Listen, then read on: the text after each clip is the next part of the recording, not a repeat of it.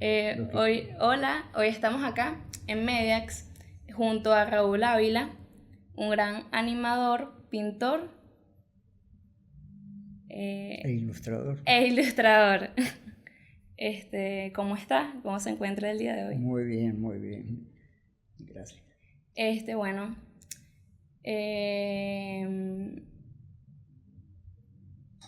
quisiera saber cómo fue que empezó en este mundo de la animación. Bueno, mira, yo nací en Argentina, en una provincia que se llama Mendoza, y nosotros recibíamos revistas, revistas de historietas, que le llaman allá, que cómic, y evidentemente yo entré en ese mundo de fantasía, de ilustración, de cómic, hasta los 14 años, que fue cuando ya empecé a estudiar pintura en la universidad y posteriormente viajé a Buenos Aires, donde ahí ya sí me conecté con la parte de animación. Ok. ¿Tiene, al principio, ¿tiene algún cómic que lo haya marcado? Bueno, te diría que había varios. Había una revista que se llamaba Paturucito, Ajá. que era un niñito, un indígena, que tenía aventuras por todo el mundo, ¿no? Pero dentro de la revista había una cantidad de dibujantes que trabajaban haciendo una mezcla como de cómic y casi diseño como para animación, ¿no? Por el estilo. Mm, Grandes dibujantes que inclusive conocidos mundialmente, ¿no? ah, ok. Después cuando ya estaba introduciéndose más a ese mundo, ¿cuáles fueron sus principales retos? Bueno, mira, al principio en realidad yo tenía una habilidad para el dibujo y al principio entré en un estudio a trabajar pero para hacer fondos de escenografía. Okay. Y yo veía a los animadores, los veía trabajando los animadores y yo sentía que quería animar, ¿no? Pero empecé a ver los trabajos de ellos y sorprendentemente como a los 3 o 4 meses me hacen una prueba Mm, y me ponen como intercalador. Intercalador, que es el que hace en las animaciones. El animador te da dos extremos y uno hace los movimientos sucesivos intermedios. Por eso le dicen intermediador. Y empecé como intermediador, pero a los 4 meses vieron mi trabajo y me dijeron, mire, pues usted tiene con qué ser animador. Imagínate para mí, ¿no? mm. En ese momento, ¿cuántos años tenía? Te estoy hablando de 16 años. Ah, ok. Bueno, trabajé en esa empresa unos 2 o 3 años y como a los 18 años se me ocurrió la locura y monté como una productora de animación. Okay. Y de ahí en adelante, bueno, evidentemente ya lo demás fue trabajar haciendo animaciones. En esa época era la época de oro de la animación en Argentina, había muchísimo trabajo. ¿Qué pasó con la productora? Sí siguió. Claro, seguí con la productora haciendo animaciones, Okay. participé en algunos trabajos más grandes de series, de seriales, durante varios años. Imagínate, yo creo que debo haber hecho más o menos en ese periodo alrededor de unos 800 o 1000 cortos animados. Mm, Hasta que en el año 68 ya tenía una productora más formada que se llamaba Storyfield y nos cayó hacer el piloto de Mafalda. okay. Ahí fue donde conocí a Quino a través de... Lo conocía, por supuesto, de haber visto sus trabajos. Hice la animación de Mafalda, que se hizo un piloto en blanco y negro en aquel entonces, que se hacían acetatos. Y terminé ese piloto y me vine para Venezuela Okay. a trabajar en una empresa de animación que estaba frente a Bolívar Film, Ah, okay. que se llamaba Animación precisamente. Ahí trabajé 1 año y medio, después me retiré y empecé a trabajar por mi cuenta. Mm. Este... ah, Fíjate que hay una cosa curiosa. Ajá. Cuando yo llego a Venezuela, el primer trabajo que me encargan, me dice, mira, es para un limpia poseta, Raúl. Ah, Y era efectivamente, pase con confianza, mm, un comercial, que yo dije, bueno, imagínate hacer un trabajo para un limpia poseta. Pero no importa, yo dije, total, en televisión eso estará un mes, después todo el mundo se olvida. en un mes. Sí. Imagínate ahora los años que han pasado Sí. y Y todavía se todavía. menciona eso, ¿no? Una Sí. cosa curiosa, ¿no? Interesante. ¿En qué año salió ese comercial? Te estoy hablando del año 70, Eh, 70-71. sí, ya está. Yo la recuerdo. O Bueno, sea, claro. Porque eh, bueno, después se hicieron muchas versiones, claro. inclusive las últimas ya las han animado en 3D con otra tecnología, ¿no? Claro. ¿Y cómo ha Evidentemente. sido esa transición de la animación analógica a la digital? Porque hay muchos ilustradores que les ha costado o simplemente no han No, podido mira, hacer esa transición. no, mira, hay una cosa muy interesante. No es el medio, Okay. sino los conocimientos que tú tengas. Por ejemplo, yo te podría decir que yo llevo más de 40 años que no toco un pincel ni un lápiz. Y eso que yo tengo en mi casa tengo todos los lápices, los colores, todos los Ujú, tengo así, pero como recuerdo. Me encanta, digamos, el trazo de los lápices, las texturas de los papeles, ujú. pero en la actualidad tú trabajas con unos programas que son impresionantes y yo hace 30 y pico de años dejé todo,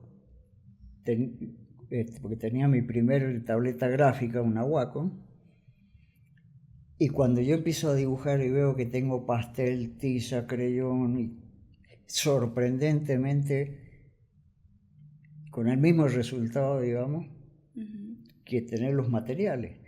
Pero con la experiencia del manejo de los materiales funciona mejor la claro, tecnología, ¿me entiendes? sí, O sea, yo creo que la tecnología es solamente una herramienta. Es como si dijéramos un pincel nuevo. Pero si tú no sabes pintar, la tecnología no pinta por ti. claro. Entonces, por ejemplo, en la actualidad los jóvenes, ¿no?, tienen que entender que hay un proceso de aprendizaje que es importante, que se les facilita monstruosamente con la tecnología. O sea, entonces sí siente que es importante aprender lo analógico antes de lo digital. O algo. No porque, o sea, ya no. Ya. En la Ajá, actualidad, por ejemplo, no le voy a decir a un muchacho que dibuje con un lápiz si hay una tableta gráfica.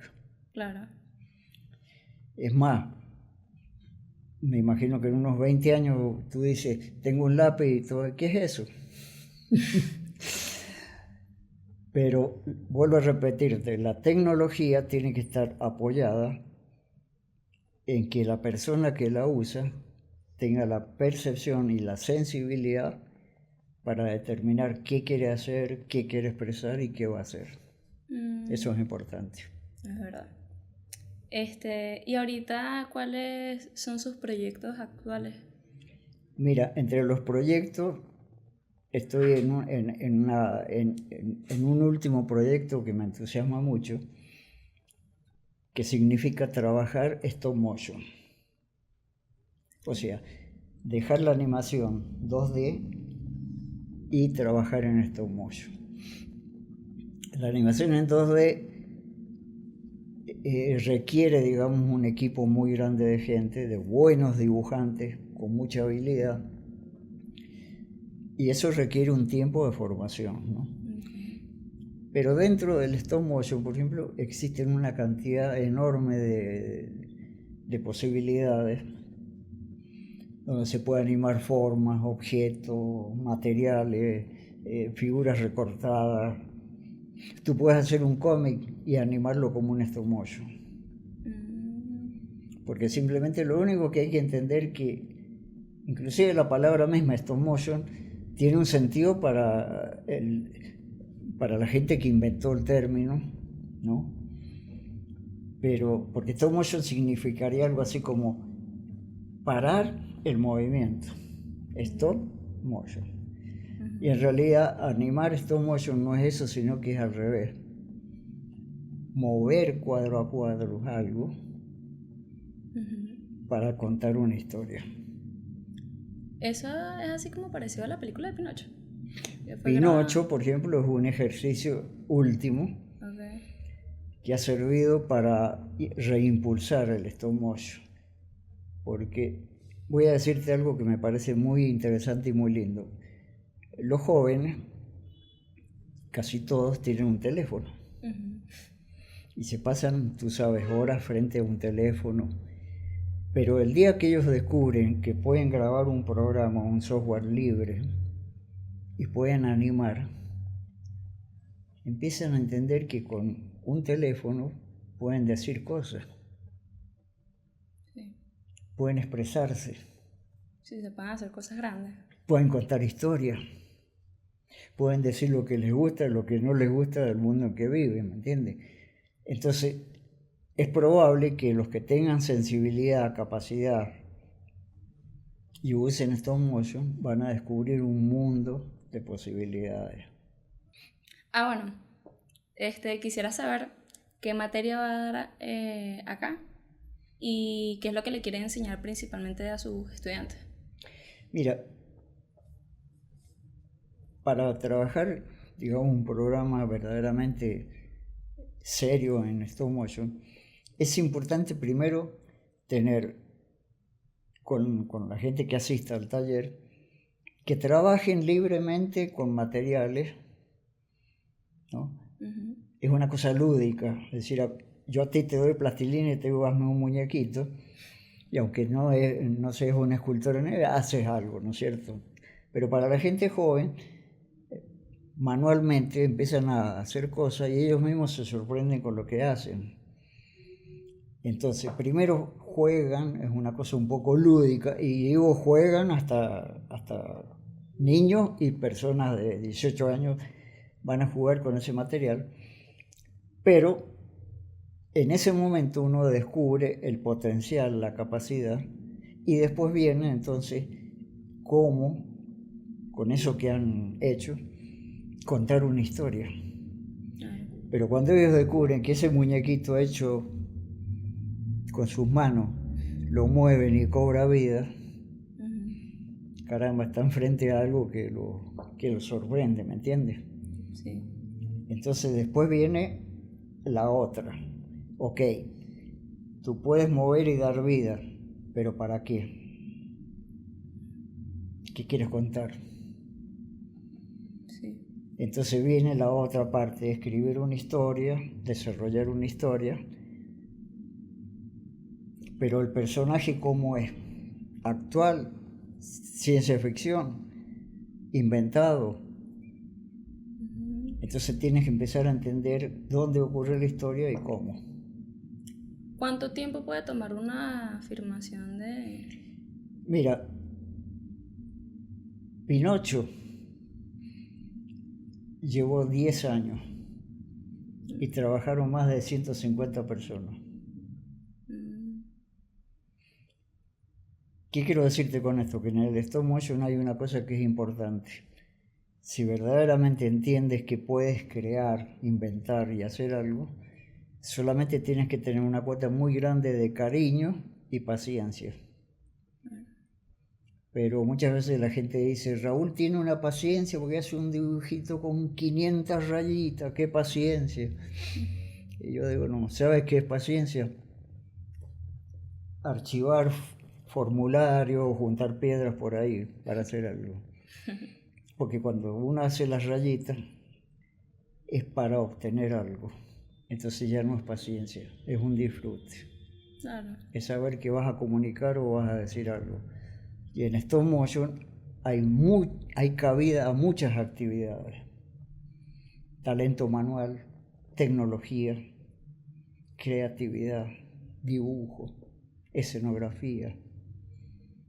Y una cosa que a mí me parece bien importante, que en stop motion puedes trabajar reciclando material. Aprendes a descubrir el valor de los materiales, las texturas, los colores. ¿entiendes? Entonces vas configurando un cariño alrededor de las cosas. Bueno, muchas gracias por estar acá y Ok, responder todas mis preguntas acerca del tema. ok, Mucho gusto. encantado.